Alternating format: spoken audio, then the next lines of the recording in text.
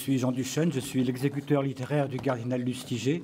Ceci est simplement le prolongement qu'il a souhaité du travail qu'il m'a appelé à faire auprès de lui pour l'aider à transformer son discours en livre et par là à atteindre un public encore plus vaste. Cela a commencé avec les sermons d'un curé de Paris, alors qu'il était encore à Sainte-Jeanne de Chantal. Et puis cela se continue encore aujourd'hui avec des livres posthumes conformément à sa volonté. J'ai également eu le privilège, l'honneur, l'avantage aussi de le servir en tant qu'angliciste de métier et donc à ce titre aussi de l'accompagner dans tous ses voyages, non, la plupart de tous ses voyages aux États-Unis. Il lui est arrivé d'y aller sans moi.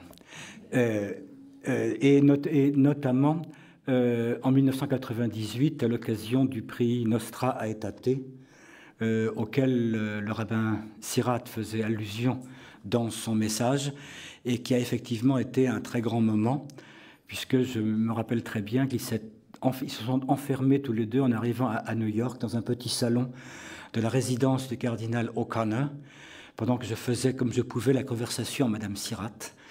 Et ils en sont ressortis une heure après, tout sourire, du moins pour ce qui était du rabbin Sirat. Alors, ce n'est pas pour partager ces souvenirs que nous sommes là, mais c'est pour essayer de prendre la mesure de l'événement qu'a représenté la promesse. La promesse a été, je crois, le livre le plus important du cardinal Lustiger.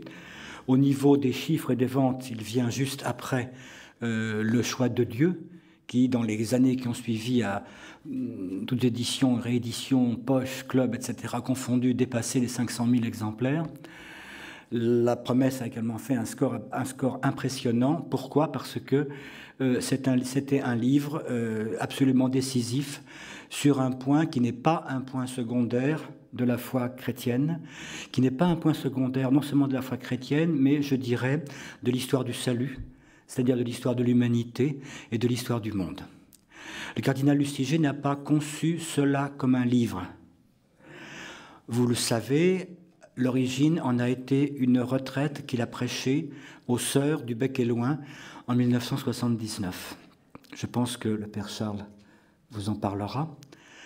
Il est donc inutile que je m'y attarde, mais ce qu'il faut constater, c'est le temps qu'il a fallu pour que le cardinal Lustiger se décide à reprendre le texte, la transcription qui avait été conservée par les sœurs de ces entretiens de la retraite et reconnaissent qu'il fallait que ceci soit publié.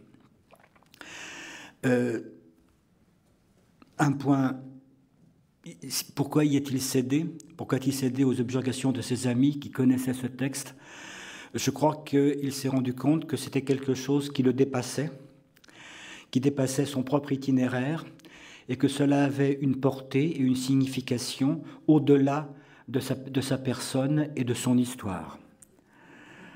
Il est tout à fait significatif que ce texte, ces textes, ces pensées, ces réflexions aient été prononcées dans le cadre d'une retraite dans un monastère, alors qu'il s'agit précisément d'une méditation sur le mystère d'Israël qui fait partie intégrante et qui est même le soubassement du mystère de l'Église elle-même. La principale motivation, me semble-t-il, telle que je l'ai comprise du moins, c'est que l'intérêt pour Israël, la passion pour Israël, n'est pas un élément secondaire, périphérique du christianisme, est une nécessité qui naît de la foi elle-même. Ce n'est pas quelque chose de facile, qui s'explique en 2 mots, quelque chose qu'il faut toute une vie, ou qu'une vie même ne suffit pas pour assimiler et méditer. C'est à cela, je crois, que la promesse nous invite encore aujourd'hui, que nous pouvons la lire et la relire. Pour nous y aider, à ma droite, Riska Karplus, qui parlera après le père Charles. Je la présente tout de suite. Donc Riska est franco-américaine. Elle est aussi israélienne, elle est arrivée en Israël depuis en 85, je crois, quand elle a fait son alia. Elle est médecin, elle a travaillé en hospitalier maintenant en médecine privée, s'intéresse aux maladies infectieuses, mais également elle est baptisée et elle est membre de la communauté hébraophone de Jérusalem. Le père Charles, donc nous avons à peu près le même âge. Ah ben tant mieux. À ce que je peux voir. Et donc aujourd'hui, l'abbé d'Abou Ghosh, il vous dira lui-même sans doute mieux que moi ce qu'est Abou Ghosh, que la plupart d'entre vous connaissent. Ce qui est remarquable chez lui est qu'il a fait un scholastica chez les Oblats de Marie Immaculée et qu'il a aussi suivi des études d'infirmier, spécialement en milieu psychiatrique. En psychiatrie, urgence psychiatrique. En urgence psychiatrique même. Il est arrivé en 1969 à l'abbaye du Bec. Il a fait sa profession solennelle en 1974, un peu moins de 5 ans plus tard. Et il est parti pour Jérusalem, où une nouvelle fondation de l'abbaye d'Abou Ghosh était en cours, sur l'initiative de Don Gramont. Et c'est là, à Jérusalem, à Abou Ghosh, qu'il a été ordonné en 1979 par Monseigneur Beltriti, que j'ai connu autrefois quand je faisais en tant qu'étudiant des pèlerinages en Terre Sainte. Il est devenu maître des novices en 83, puis il est revenu en France en 96 pour exercer justement les fonctions d'infirmier psychiatrique aux urgences à l'hôpital Sainte-Anne à Paris. Puis il a été aumônier de la maison d'arrêt de la santé de 1999 à 2004, avant de revenir à Abou Ghosh en décembre 2004. Il a été nommé prieur en mai 2005. Le monseigneur Jean-Baptiste Gourion, l'ancien abbé qui avait été nommé, comme vous le savez, évêque auxiliaire de Jérusalem, a été emporté par un cancer en juin, si ma mémoire est bonne, 2005. Et le père Charles a été élu père abbé pour lui succéder en septembre de la même année. Je lui cède maintenant la parole. Merci à vous de bien vouloir m'écouter, mais je veux tout de suite saluer Richard Pasquier, parce que c'est vraiment pour nous un ami très cher. Alors je m'excuse de citer un seul, je devrais citer tout le monde, mais c'est mon cœur, vraiment, très heureux que vous soyez là, et vous savez combien nous sommes fondamentalement attachés. Et ça, c'est très fort. Alors, je vais vous parler avec beaucoup d'humilité, si je peux dire. C'est-à-dire, je me sens comme un petit garçon qui parle devant des gens de puissance intellectuelle que je n'ai nullement. C'est-à-dire, je ne suis pas un spécialiste des grands discours, je ne suis pas non plus quelqu'un qui peut faire l'historique d'un cardinal aussi extraordinaire qu'est le cardinal Lustiger. Je vais donc laisser aller mon cœur dans une histoire dont notre petite communauté d'Abou Ghosh n'est pas totalement absente. C'est le lieu où le cardinal désirait terminer sa vie.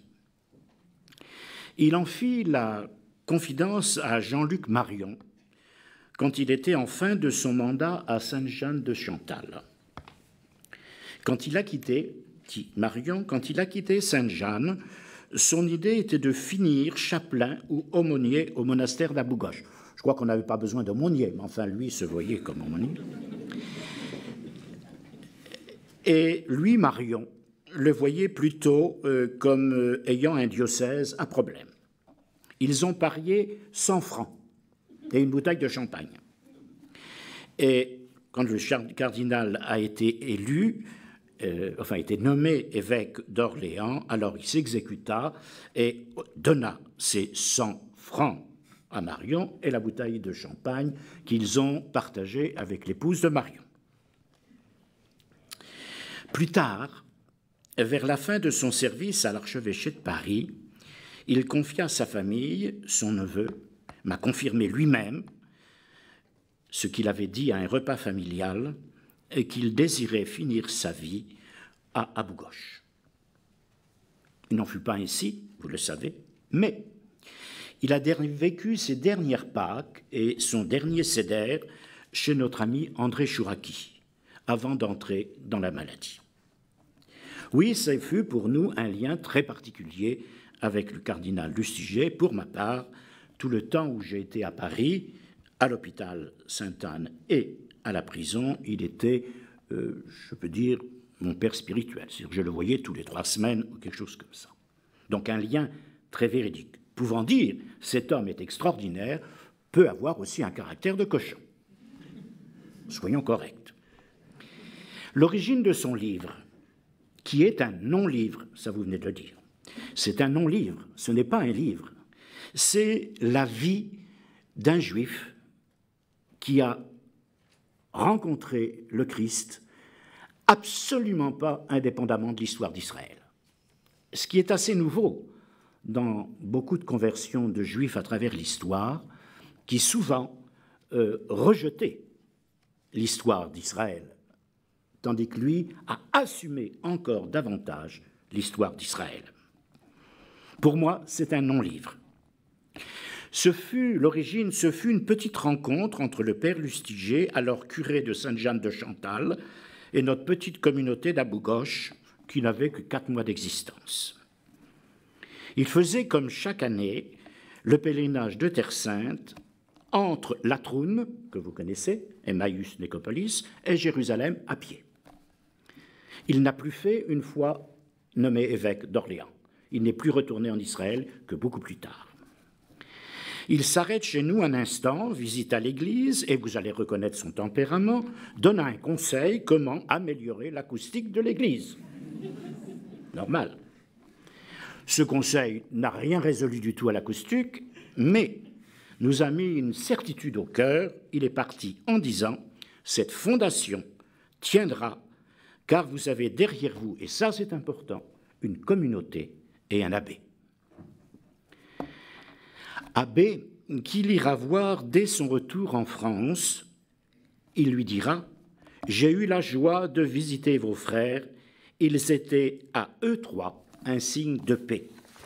Béni soit Dieu. » J'avoue que parler de cette retraite du cardinal Lustiger ne devrait pas me revenir, mais plutôt à sœur Joseph-Marie, qui a bien connu le cardinal et même a été de ses fidèles à Richelieu. Hein? Voilà, les pèlerinages, et voilà. Alors, quand il nous a visités, il a donc appris que nous étions dans la perspective d'une relation cordiale avec le monde juif. En son passé, et vous devinez que le passé est redoutable, en son présent, et vous devinez que son présent est redoutable, son avenir, nous voulons cheminer ensemble, et non plus séparément. Ça est une chose importante. Donc, il a voulu rencontrer le père abbé Paul pour bien s'imprégner de ce que désirait le père abbé Paul. Il se fait que le père abbé Paul avait une idée très précise de la division de l'Église dans son problème de division des chrétiens, qui finalement est relativement secondaire. La première division pour lui essentielle, qui va entraîner toutes les autres, c'est la séparation de l'Église et de la synagogue. L'histoire. Le père Jean-Marie Lustiger avait bien compris qu'il ne s'agissait pas d'une implantation pour garder un lieu saint, même si aujourd'hui c'est le cas, mais d'un lieu où nous devons apprendre à vivre ensemble. En sa bonté, Dieu nous plaça au cœur d'un monde musulman, où le vivre ensemble prend tout un sens très particulier dans l'acceptation des différences, parfois difficiles à vivre, parfois difficiles à entendre, mais toujours à aimer. C'est dans ce contexte, de cet envoi des frères et plus tard des sœurs, que naîtra la promesse. En effet, et je cite les sœurs, ce qu'on appelle la chronique des sœurs. En effet, c'est la gorge serrée que le père Lustiger ose pour la première fois parler de ce qui est le plus profond en lui, son identité juive. Il le dira lui-même. Ce que je vais vous dire, mes sœurs, il n'y a quasiment pas d'endroit pour en parler. Moi-même, frère Charles, je peux témoigner qu'il est difficile en notre sphère chrétienne, et qu'il était difficile, et je crains qu'il est encore difficile, de parler de ce grand mystère du juif devenu chrétien en reniant absolument pas son judaïsme. Peut-être que ce mystère est trop grand encore pour nous maintenant, pour en parler vraiment sereinement. Il n'est pas rare, dans une assemblée chrétienne, d'entendre un profond silence assourdissant quand l'un des frères ou des sœurs dit « Je suis d'origine juive ». Au mieux, nous allons entendre « Oh, ceci ne change rien ». Ou un chrétien de plus ne fait pas un juif de moins, hélas. Eh bien, si, tout change quand un juif devient chrétien. Tout change, et heureusement. Tout change. Car nous entrons alors, si nous écoutons, dans le profond même de l'histoire du salut. Nous entrons dans le mystère de l'élection et donc de l'incarnation pour nous chrétiens. Le cardinal était déjà connu chez les sœurs, justement, par le centre Richelieu et la Sorbonne. Et les pèlerinages avec Monseigneur Charles. Dire que tous ou toutes avaient conscience de son judaïsme, certainement pas, et probablement très peu de personnes. D'ailleurs, il n'en parlait jamais. Peut-être cela se murmurait-il de ci, de là. Nous savons que cela ne fut connu qu'après sa nomination à l'évêché d'Orléans, lieu de son baptême. D'où la réflexion d'une personne que je conduisais à l'aéroport, à Jérusalem, qui me dit, une personne importante, qui me dit vraiment ces Juifs sont capables de se placer partout. Eh oui. Alors j'ai compris en ma personne combien son silence était sérieux, combien son silence était lourd de crainte du rejet qu'il aura jusqu'à la fin de ses jours, lourd du malheur indisible, du malheur abyssal, dit-il. Enfin, le monde savait son origine. Ce fut un choc dans le monde ecclésiastique. Lui qui était, je peux en témoigner, le moins ecclésiastique des hommes que j'ai pu connaître. Cette nomination fut un sujet, pour le moins, d'interrogation pour les uns, parfois de franc rejet, et ça, je l'ai entendu dans ce diocèse de Paris. Nous le savions, car il nous avait prévenus, il avait aussi prévenu les sœurs. Nous le savions depuis son passage à Abou-Gosh que d'aimer Israël ou d'aimer le monde juif entraînait souvent la persécution. Après cette rencontre, il choisit de faire sa retraite à l'abbaye du Bec et ainsi rencontrer le père abbé Paul pour saisir la profondeur de cette fondation que voulait le père abbé, pensée qui venait de plus loin que lui-même, pensée qui venait du Ménil-Saint-Loup, que notre fondateur, le père Emmanuel, appelait « Petite Jérusalem », pensée qui venait aussi de sa famille dreyfusarde, de ses études à Rome avec Don Scholz, et ça c'est pas très important, un Allemand de la congrégation de Beuron, profondément ouvert au mystère d'Israël en cette période très sombre de notre histoire, et soucieux de ses racines juives de l'Église, et aussi de notre petite congrégation de Monte Oliveto, qui a su accueillir pendant des années et cacher en son abbaye de Montolivet une assez importante quantité de Juifs. Le père Lustiger fut invité chez les sœurs et donna une conférence magnifique, comme toujours. Comme toujours, sans notes, y compris plus tard pour la retraite sur la promesse, car il n'y a pas d'autres notes que ce que les sœurs ont enregistré et copié, n'est-ce pas? Je cite à nouveau Marion. Bossuet écrivait ses sermons, lui, ne les écrivait pas. Il les préparait, il les pensait, il avait tout organisé, mais sans faire acte de littérature. Il faisait, et ça c'est très important, acte de parole, inclus dans la liturgie eucharistique. Et moi j'ajouterais, pour ma part, profondément inscrit dans l'écriture, donnant un style que Marion qualifie très particulier, vraiment celui des pères de l'Église. Mère Hugues-Marie, si je suis trop long, vous me le dites, hein. Mère Hugues-Marie invita alors le père Lustiger à prêcher une retraite qui aiderait sa communauté à mieux saisir l'intuition du père abbé Paul, ainsi que le sens du départ des frères et des 3 sœurs pour Israël, et bientôt d'une 4e. En ces temps-là, l'abbaye du Bec et le monastère Sainte-Françoise romaine avaient de grands liens avec le rabbin de Rouen, Marciano. Celui-ci avait une demeure au Bec. Ce fut une période riche en contact avec le monde juif. Colette Kessler, le père Dupuis, le pasteur Skoug, Marek Alter, le rabbin Rouche. Le rabbin Rouche, un homme extraordinaire qui a pu dire dans une conférence à chez les sœurs, à l'abbaye du Bec, « Je rends grâce à Dieu de nous avoir donné Paul, qui était capable d'annoncer aux nations ce que nous n'étions plus capables d'annoncer. » Ça, c'est pas moi qui le dis, c'est le rabbin Rouche, que nous avons bien reconnu et bien connu ensuite à Jérusalem.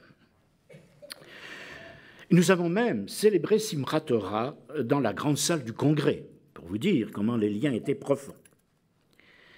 C'est le rabbin Rouge qui nous fit prendre conscience du rôle essentiel de la femme allumant les bougies le jour de Shabbat. Et par lui, il en fut ainsi depuis lors en nos communautés. Ce sont les sœurs qui allument les bougies aux vigiles et les dimanches et solennités. Important, petit signe, mais signe important, parce que c'est le concret de la vie. Cette présence très importante du monde juif au sein de l'abbaye ne fut pas, et heureusement, sans poser de questions pour les uns ou pour les autres, pour les frères, pour les sœurs, en faisant-nous de trop ou pas assez, enfin, vous nous connaissez comment nous sommes tous faits. Et notre départ aux 3 premiers frères ne facilita pas toujours la compréhension de cette place d'Israël dans notre communauté. Le choix du père Lustiger pour cette retraite est à comprendre dans ce contexte, donner le goût déjà présent à nos racines juives, adoucir les inquiétudes toujours possibles dans nos communautés monastiques. Pour moi, aujourd'hui, je peux dire et ajouter que mon expérience personnelle, les peurs sans cesse renouvelées encore aujourd'hui dans l'histoire de l'Église, qui à chaque fois trouve son origine dans une valeur évangélique, le souci du pauvre, et une mémoire faussée de l'histoire d'Israël, et un murmure profondément non évangélique qui concerne toute l'histoire juive. Et que dire aujourd'hui de l'histoire d'Israël? Le cardinal était très sensible au retour du peuple juif sur sa terre. Tout ce qui est le plus normal. Comment pouvait-il faire autrement? Vivre avec un juif vous donne de comprendre cela. Mais comprendre ne veut pas dire tout accepter. Et ne dit pas ne pas souffrir. Marcel Dubois, que peut-être certains connaissent, me disait en reprenant un proverbe arabe, « Pour aimer vraiment un juif, il faut manger 10 kilos de sel avec lui. » Et là, c'est vrai. C'est un long compagnonnage qui peut nous donner d'aimer. Un long compagnonnage avec Israël d'aujourd'hui qui peut faire que nous l'aimions tout en voyant les difficultés ou les imperfections. Mais qui n'a pas d'imperfection? Oui, je certifie à ma petite place qu'Aaron Lustiger n'était pas un inconditionnel de la politique en aucun domaine, mais un inconditionnel de la présence d'Israël en cette terre sainte, pour le bien du peuple juif, mais pour le bien du monde chrétien. C'est le début de l'histoire d'une réconciliation. Disons, une réconciliation en marche. Et nous fatiguons par moments. Acceptons-le. En cela, je suis certain de la pensée du cardinal Lustiger, pour avoir si souvent abordé ce sujet avec lui chez son amie Odette Baticle. Il voyait en Odette sa mère. En effet, Odette et Madame Lustiger étaient toutes deux incarcérées à Drancy. Odette sortit de Drancy quand sa mère partait vers l'inacceptable. Le jour même, me confia Odette, le jour même, elle se voyait encore descendre l'escalier et partir de l'autre côté, la maman du cardinal. Ce fut une angoisse perpétuelle pour elle, et ça c'est important à entendre. Pourquoi pas moi? Pourquoi elle? Elle aura porté cette angoisse jusqu'à la fin de ses jours. La fidélité du cardinal jusqu'à la fin à l'égard de cette femme fut pour moi plus éloquent que tous les discours que nous pouvons donner sur le monde juif et sa souffrance. Le signe que, oui, le monde juif est porteur d'une valeur de communion et de famille essentielle à notre humanité. Famille, famille, peuple de Dieu, où devons tous nous y retrouver, qui se trouve son origine dans une histoire, celle d'un peuple qui nous dit, en son difficile parcours, que toute histoire est une histoire sainte, une histoire de Dieu, et j'y crois. Encore faut-il écouter le livre de la promesse, si nous le voulons bien, qui chante que toute origine vient d'elle, de cette promesse. Tu es mon peuple bien-aimé. De cette promesse déposée en nos mains, vous, moi, si pauvre soit-elle, est une valeur infinie. Aujourd'hui, plus que jamais, il nous faut marcher ensemble. Si le livre de la promesse trouve bien son origine dans le contexte de la vie monastique et bénédictine, que vous veniez de le dire, c'est que là se trouve, je ne fais pas de propagande, c'est que là se trouve en Benoît, dès l'origine, un amour de l'Écriture. Une écoute savoureuse de l'Écriture qui ne peut qu'ouvrir à l'accueil de la promesse. Tout Benoît se résume à ça. Écoutez, aimez l'Écriture en sa beauté, en ces choses qui peuvent nous dérouter. Jean-Marie Lustiger écrivait en 2004 « Ce livre est pour nourrir la prière de contemplative, nos sœurs. Parole divine qui retentit dans le silence.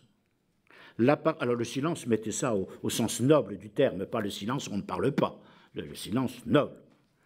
Dans le silence, la parole de Dieu fait entendre des résonances et des murmures et des éclats, sans cela inaudibles. » On voit bien ce qu'il veut dire.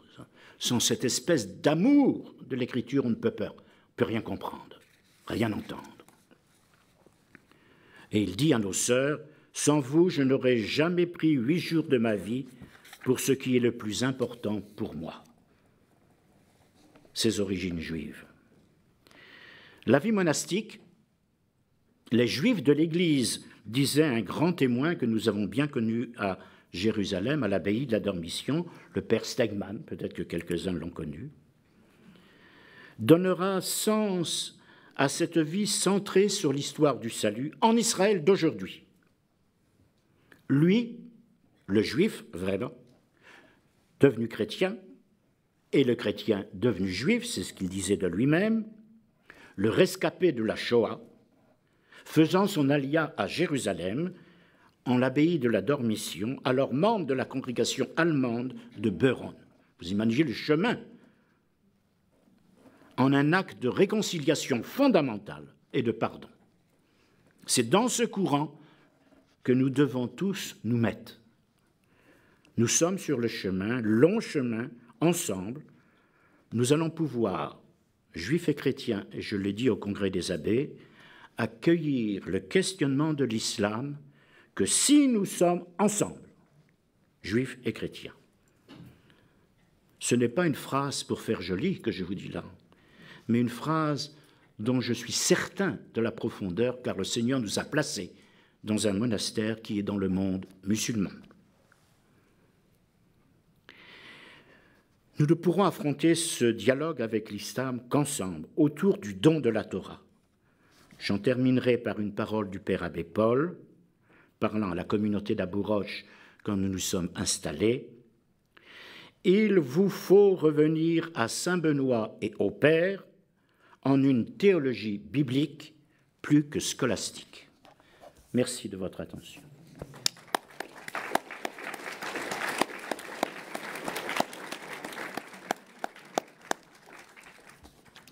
Père Charles, un très grand merci. D'abord de nous avoir parlé avec votre cœur. Oui, je ne peux pas faire autrement.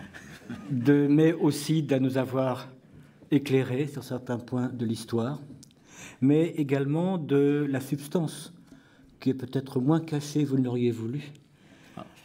De la nourriture substantielle se trouvait dans ce que vous nous avez rappelé.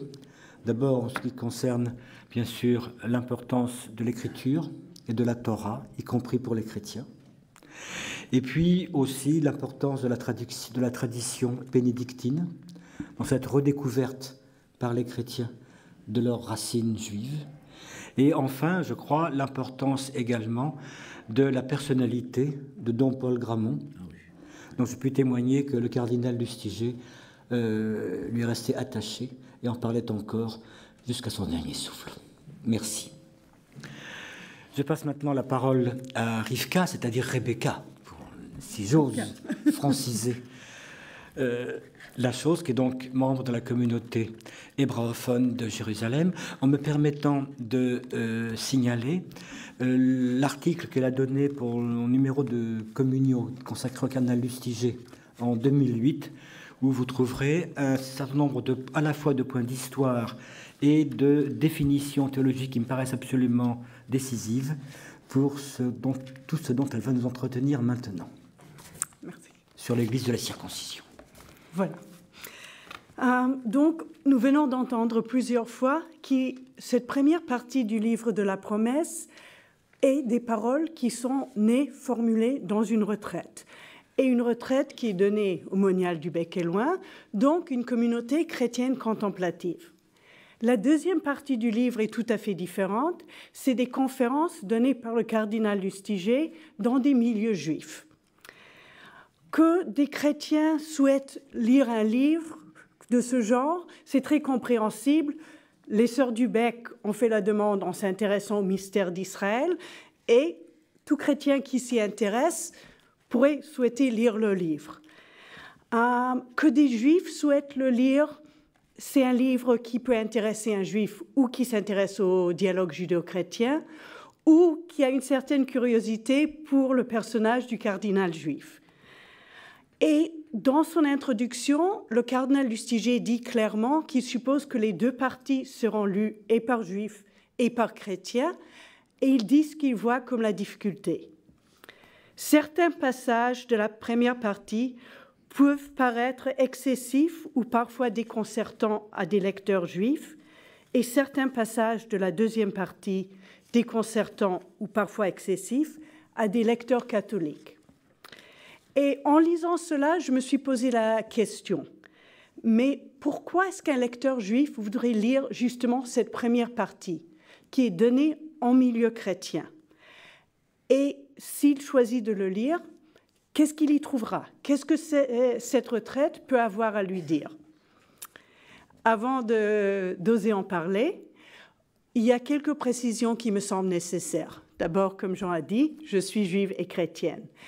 Ce qui veut dire que je me base à la fois sur mes propres réactions en tant que juive en lisant le livre et en tant que chrétienne qui vit en Israël et dans le monde juif pratiquant en Israël.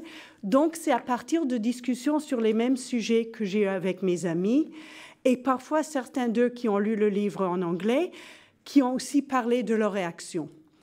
Ce qu'il faut aussi dire, puisqu'on est en France, c'est que je connais la réalité du monde juif israélien qui n'est pas forcément le même que le français. Donc peut-être pas tout ce que je dis sera valable pour le milieu juif français.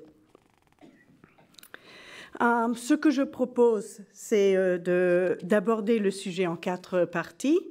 D'abord, ce qui est dit sur la substitution et le péché du chrétien qui refuse Israël, la question des mitzvot, les commandements de la Torah donnés au peuple d'Israël, ce que je pense qu'on peut voir dans ce livre comme la spécificité de la prière chrétienne et l'attente messianique avec peut-être une certaine ouverture pour la suite du dialogue.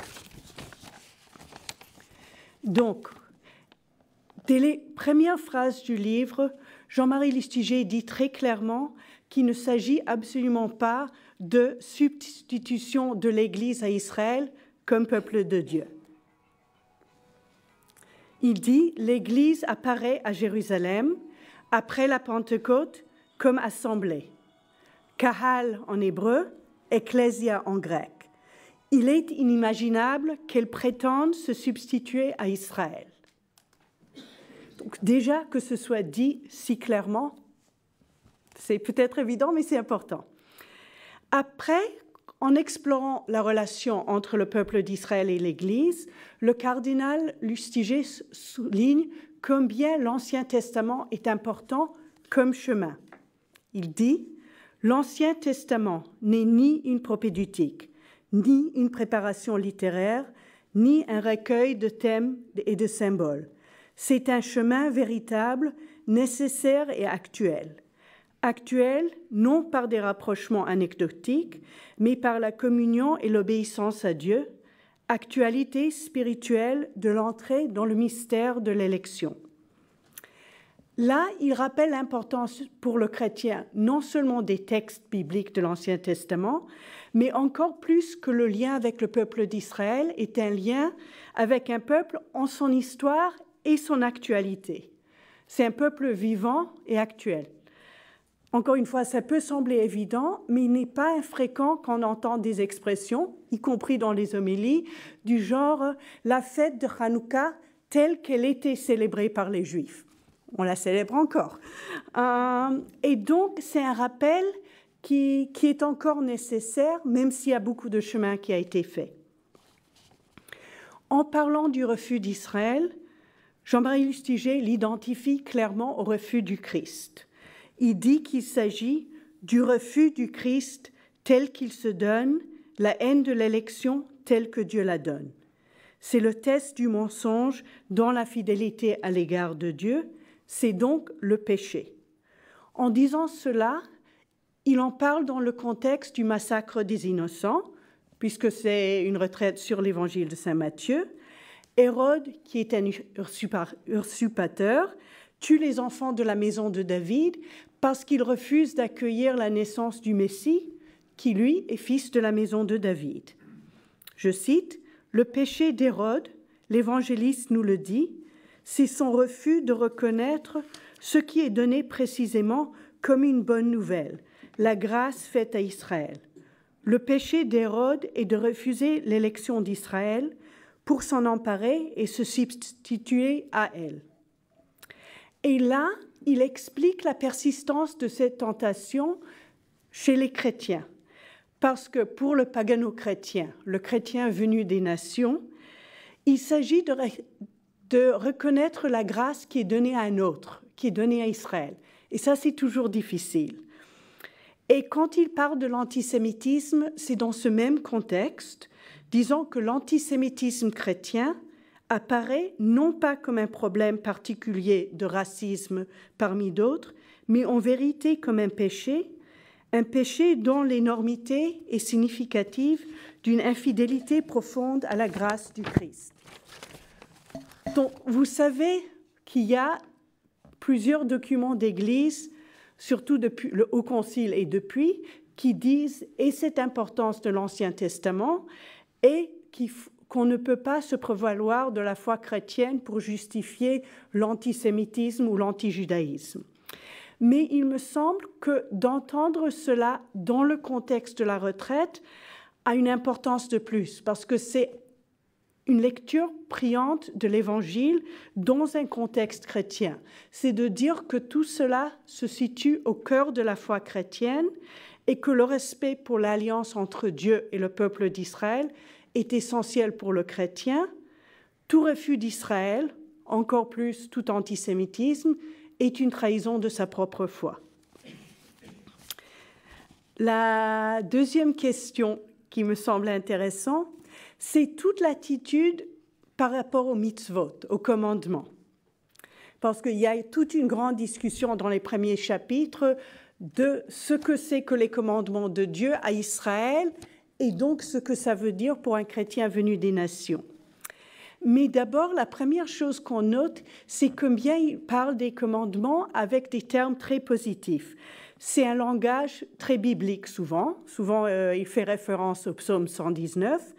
Ce fardeau délicieux de l'observance. La loi, l'amour de Dieu, la sainte volonté de Dieu. Il y a là une obligation, mais tout autant, il s'agit d'un privilège et de l'expression d'une relation d'amour avec Dieu. Et le tout, encore une fois, est au présent. On est très, très loin de toutes les approches qui diraient que l'observance des mitzvot par Israël serait un stade qui est dépassé par la venue du Christ.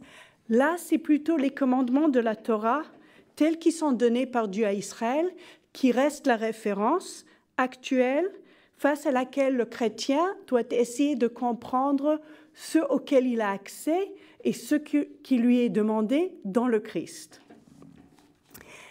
Et ensuite, il y a à voir la façon dont il pose la question de cette observance par les non-juifs entrés dans la communauté chrétienne. Parce que la première communauté chrétienne était des juifs, et puis tout d'un coup, il y a la surprise des non-juifs qui viennent s'y joindre en tant que disciples eux aussi.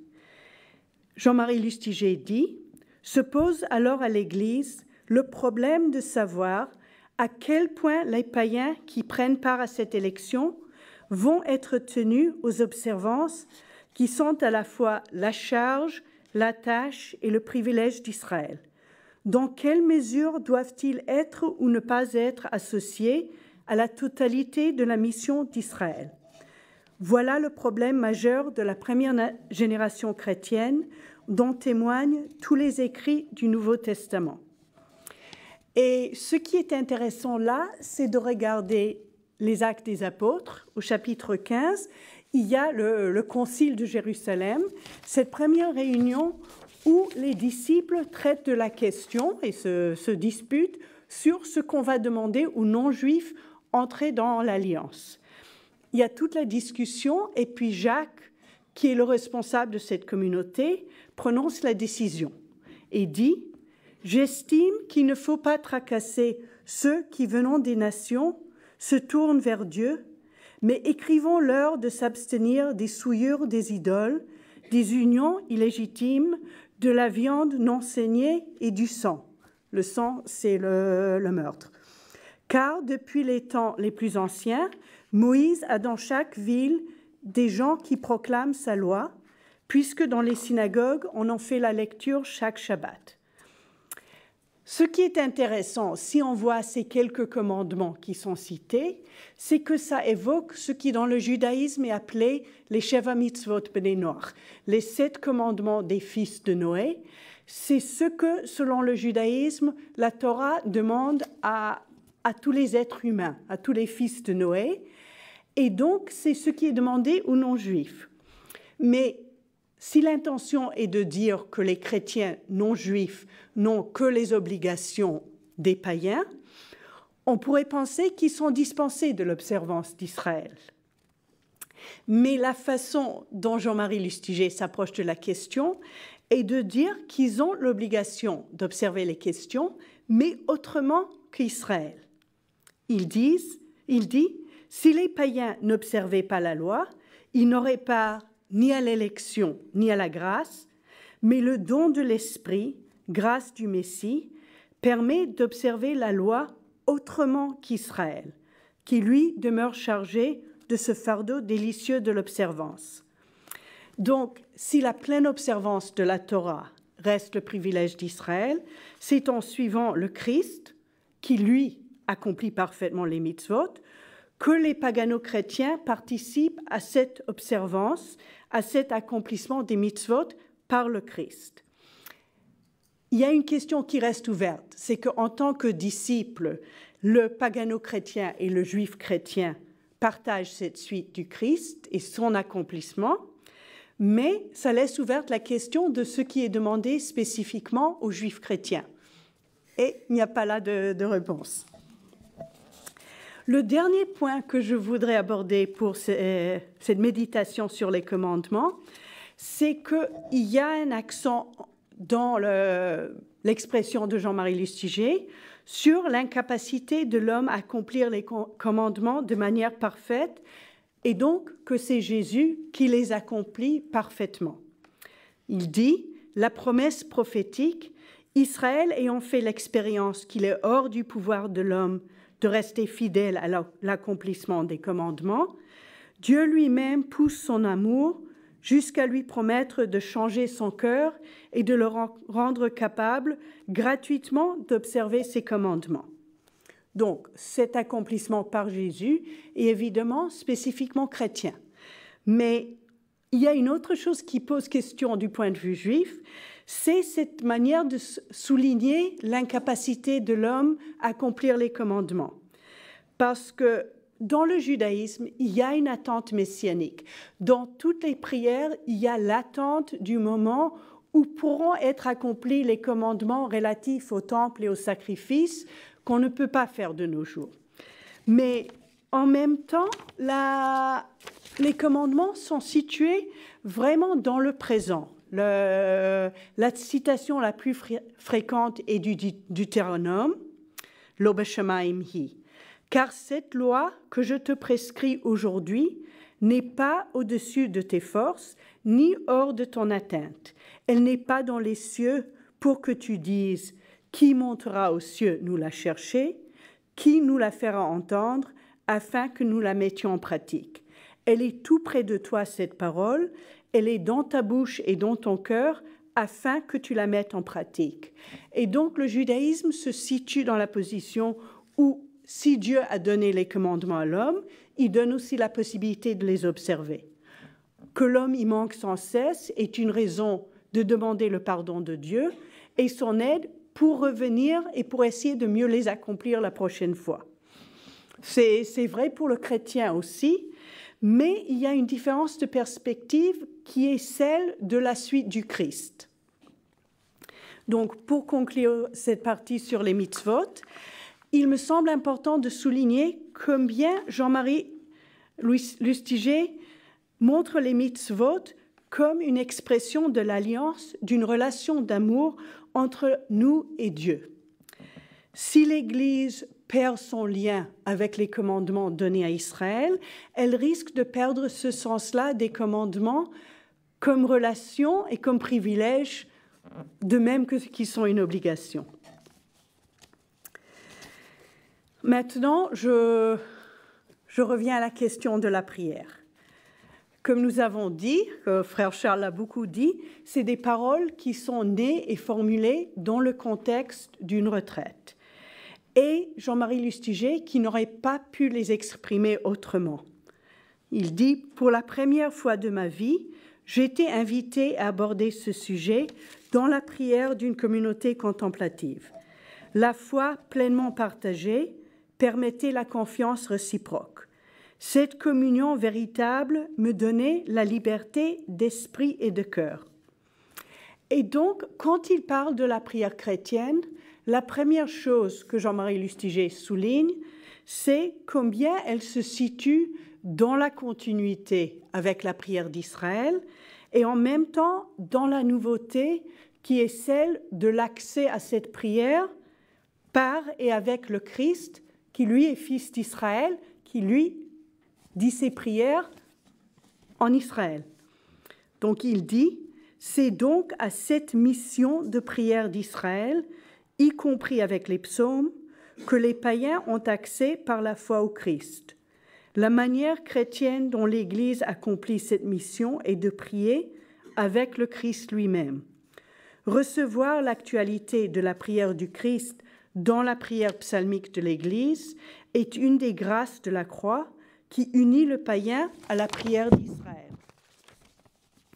De même, il souligne que les fêtes chrétiennes n'ont leur sens que dans le lien par le Christ avec les fêtes d'Israël.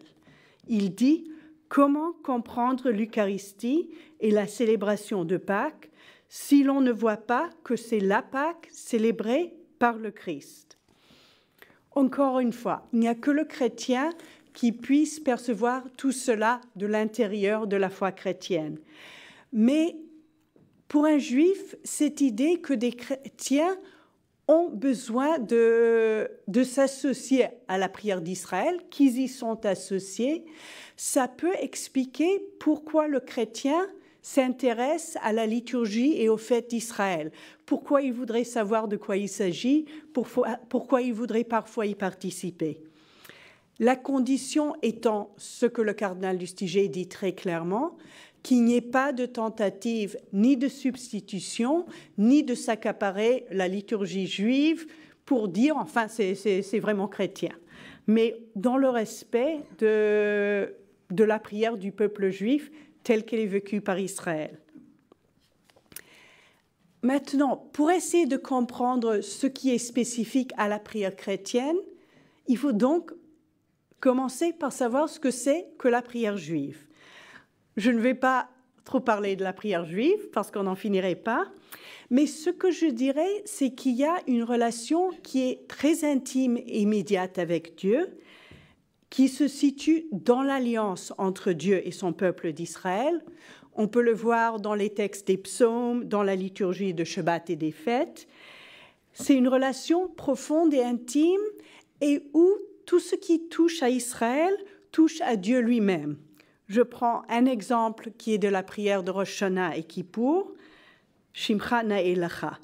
Ton nom est digne de toi et tu es digne de ton nom et nous sommes appelés par ton nom. Agis pour l'amour de ton nom et sanctifie ceux qui sanctifient ton nom.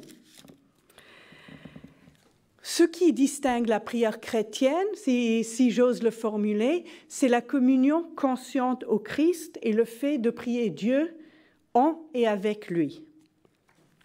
Et dans la promesse, quand le cardinal Lustiger aborde la passion du Christ à partir du 2e chapitre de l'Évangile selon saint Matthieu, il situe cette méditation avec des phrases très denses qui comme montrent ce que c'est que cette prière chrétienne.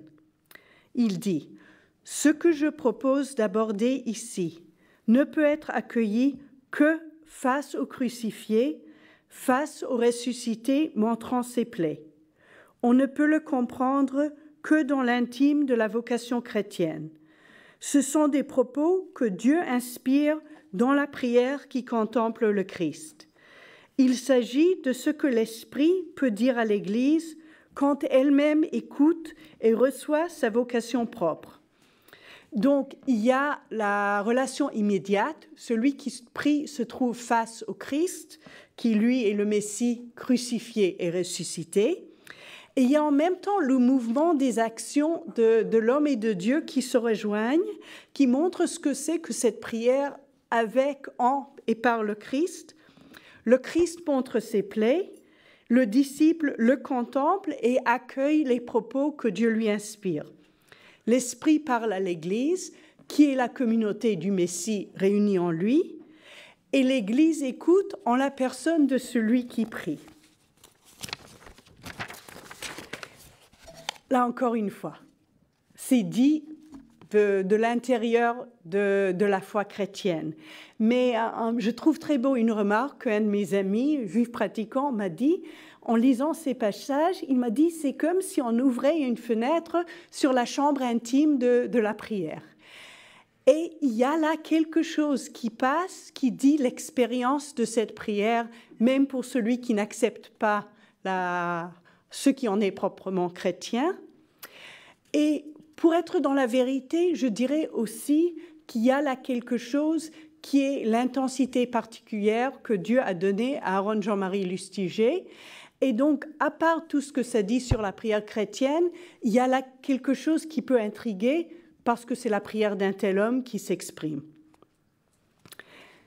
Si jusque-là, j'ai évité de parler des points les plus douloureux, vous en avez eu un peu avec le beau message du rabbin Sirat, c'est justement parce qu'il me semble qu'il faut les situer dans ce contexte de la prière chrétienne. Ce que je dirais, c'est qu'il faut d'abord reconnaître que toute prière porte une tension. Il y a la tension qui est celle entre la faiblesse de l'homme et la toute-puissance de Dieu. Il y a celle de l'écart entre notre désir d'aimer et de servir Dieu, qui nous donne tout, et le fait que nous n'y arrivons jamais comme nous voudrions. Mais en même temps, il y a une tension de plus qui est celle de la prière chrétienne, et c'est la tension entre Israël et l'Église. C'est que l'Église, le chrétien, proclame que Jésus est le Messie d'Israël, et en même temps doit pouvoir accueillir et assumer dans la prière que la majorité d'Israël ne le reconnaît pas comme Messie. Cette prière doit se situer dans le respect pour l'alliance de Dieu avec Israël et pour la fidélité d'Israël à cette alliance. Et en même temps, elle doit reconnaître que c'est justement en cette fidélité qu'Israël attend encore la venue du Messie, sans le reconnaître en celui qui est venu. Et donc, quand Aaron Jean-Marie Lustiger fait un lien entre la souffrance d'Israël et celle du Christ, quand il parle du Christ comme accomplissant la vocation d'Israël, il se situe au cœur de cette tension-là. En cela, il touche aux points qui sont les plus douloureux de la relation entre juifs et chrétiens, et donc ça représente effectivement les parties de ce livre qui peuvent être les plus difficiles, les plus douloureux et même inacceptables pour beaucoup de lecteurs juifs. Quand Jean-Marie Lustiger pose la question du mal, du profondeur du mal qui est dans le cœur de l'homme, il ne peut pas faire autrement que de poser la question de la Shoah. Et il dit que la foi chrétienne doit pouvoir y faire face. Je cite, « Si une théologie chrétienne ne peut pas inscrire dans sa vision de la rédemption, du mystère de la croix, qu'Auschwitz aussi fait partie de la souffrance du Christ, alors on est en pleine absurdité. Car la persécution des élus de Dieu n'est pas un crime semblable à tous les crimes que sont capables de commettre les hommes. Il s'agit de crimes directement liés à l'élection et donc à la condition juive. Est-ce qu'il chercherait à donner une réponse à la souffrance d'Israël à la place du peuple juif? Non. Ce qu'il fait, c'est de reconnaître que c'est un point de vue qui ne peut pas être partagé par Israël. Et il dit, pour Israël, sa propre souffrance n'est qu'un scandale qui l'amène ou à trébucher dans la foi ou à s'en remettre plus obscurément encore et de façon plus incompréhensible à la fidélité de Dieu.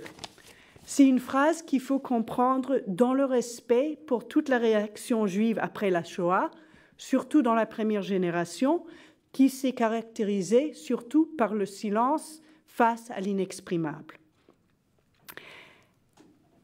Je n'ose pas dire ce qui peut être l'accueil, l'écho de ces phrases pour un lecteur juif, mais ce que je dirais quand même, s'il y a des éléments dans cette génération-ci en Israël qui peuvent être intéressants parce qu'il y a une discussion actuelle sur la place qu'il faut donner à tous les siècles de persécution et de souffrance, et peut-être surtout à la Shoah, en définissant l'identité juive contemporaine et son rapport avec les nations. L'autre point douloureux, quand Jean-Marie Lustiger parle de Jésus de Nazareth comme celui qui accomplira pleinement la vocation d'Israël, dans la discussion sur les mitzvot, c'est accomplissement dans le sens à la fois de l'obéissance de celui qui garde les commandements de Dieu à Israël et du fait qu'il est le seul qui peut les accomplir pleinement et parfaitement. L'autre aspect qui revient souvent, c'est par rapport à l'attente messianique. Jésus, Messie, étant celui en lequel est donné l'accomplissement de l'espérance d'Israël. Et la question que peut se poser du point de vue juif, c'est est-ce qu'il n'y a pas là une intention cachée, sous-consciente de prosélytisme? S'il dit que c'est l'accomplissement d'Israël, alors est-ce que les Juifs devraient devenir chrétiens et s'y joindre? Et ce qui est très beau, c'est que ce n'est absolument pas ni ce qu'il dit, ni même la façon dont il pose la question. Parce qu'il le reconnaît et dit, en face d'elle, l'Église, il y a Israël qui atteste Israël et non le Christ. Mais c'est un regard dans la prière qui est tourné vers l'Église, dont il fait partie, en examen de conscience par rapport à la relation avec Israël et en appel à la conversion, la propre conversion de l'Église. Et le même regard est tourné vers Dieu en l'attente de la plénitude des temps messianiques, l'achèvement de toutes choses, le jour où Dieu sera tout en tous.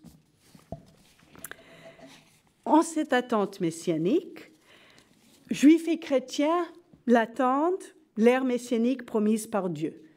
Mais pour Israël, il s'agit de l'attente de toutes les générations d'Israël qui continuent. Tandis que pour l'Église, c'est l'attente de la venue en gloire du Fils qui est déjà venu en tant que Messie souffrant et ressuscité.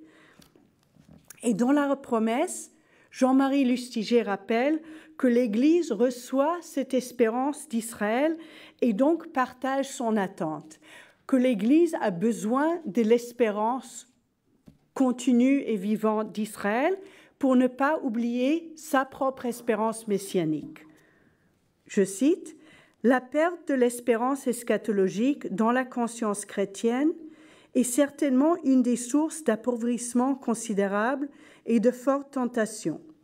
Elle consiste à croire que c'est arrivé et à vouloir se donner, par des moyens humains, ce qui ne dépend que de Dieu seul. Ce temps-ci n'est qu'un temps obscur d'espérance et de fidélité et non pas le temps de la gloire. » Il est évident que l'espérance messianique juive ne dépend pas de l'espérance messianique des chrétiens pour se comprendre ou se définir. Mais ce que je dirais, c'est qu'il y a peut-être dans la façon de l'exprimer du cardinal Lustiger des pistes de réflexion qui peuvent aussi intéresser certains juifs du moins. Entre autres, il y a cette méditation sur l'accueil des nations qu'il appelle un mystère réciproque de gratuité, que la venue des nations aide Israël à rendre grâce pour que ce que Dieu lui a donné pour ce qu'il est. Et dans la prière juive, il y a très souvent l'attente du jour où les nations viendront tous adorer Dieu, reconnaître le Dieu d'Israël. Est-ce qu'il y a là quelque chose qui peut attendre ce qui est attendu? Peut-être. En plus, je dirais qu'il y a des questions dans ce livre qui ne touchent pas directement à la relation entre l'Église et Israël, mais qui rejoignent des sujets de discussion actuels dans le monde juif. Une qui est claire, c'est la discussion de l'identité politique ou la recherche de la puissance politique comme une tentation pour le peuple de Dieu en son identité religieuse. Il dit « La tentation pour les chrétiens est d'imaginer que le règne de Dieu est arrivé. C'est ce que nous voyons quand les églises se substituent au règne de Dieu. Elles ne donnent plus alors d'elles-mêmes que l'image d'une société humaine qui fait de Dieu un outil à son service. C'est un sujet d'actualité dans l'Église et en Israël. De même, les questions sur les mitzvot, d'y voir une façon d'agir de Dieu et donc de se demander ce que peut être leur accomplissement parfait. Ça se pose aussi en Israël. Le meilleur exemple, c'est le rapport à l'autre. En essayant de comprendre comment on peut être fidèle à ce que dit la loi juive sur le non-juif et comment il faut accueillir l'arabe palestinien qui vit en Israël ou les non-juifs venus en immigrés ou en migrants. Pour conclure, ce que je dirais, c'est que beaucoup de ce qui a été dit ici est dit dans la deuxième partie du livre face à des juifs dans le contexte du dialogue. Mais il me semble que justement le fait que ce soit dans une retraite, que Aaron Jean-Marie Lustiger propose sa méditation de ces sujets dans la foi chrétienne contribue à approfondir la relation. Parce que c'est là, en cette fenêtre ouverte vers la chambre intime, qu'il ouvre une porte à une meilleure compréhension. Et pour continuer ce dialogue, ce qu'il faut, c'est pouvoir dire et écouter ce qu'est l'expérience intime de l'autre et peut-être aussi dire et écouter les tentations, les faiblesses, les manquements de l'autre, comment ils sont vécus dans la relation avec Dieu pour partager ce qu'est l'attente et l'espérance. Voilà, merci.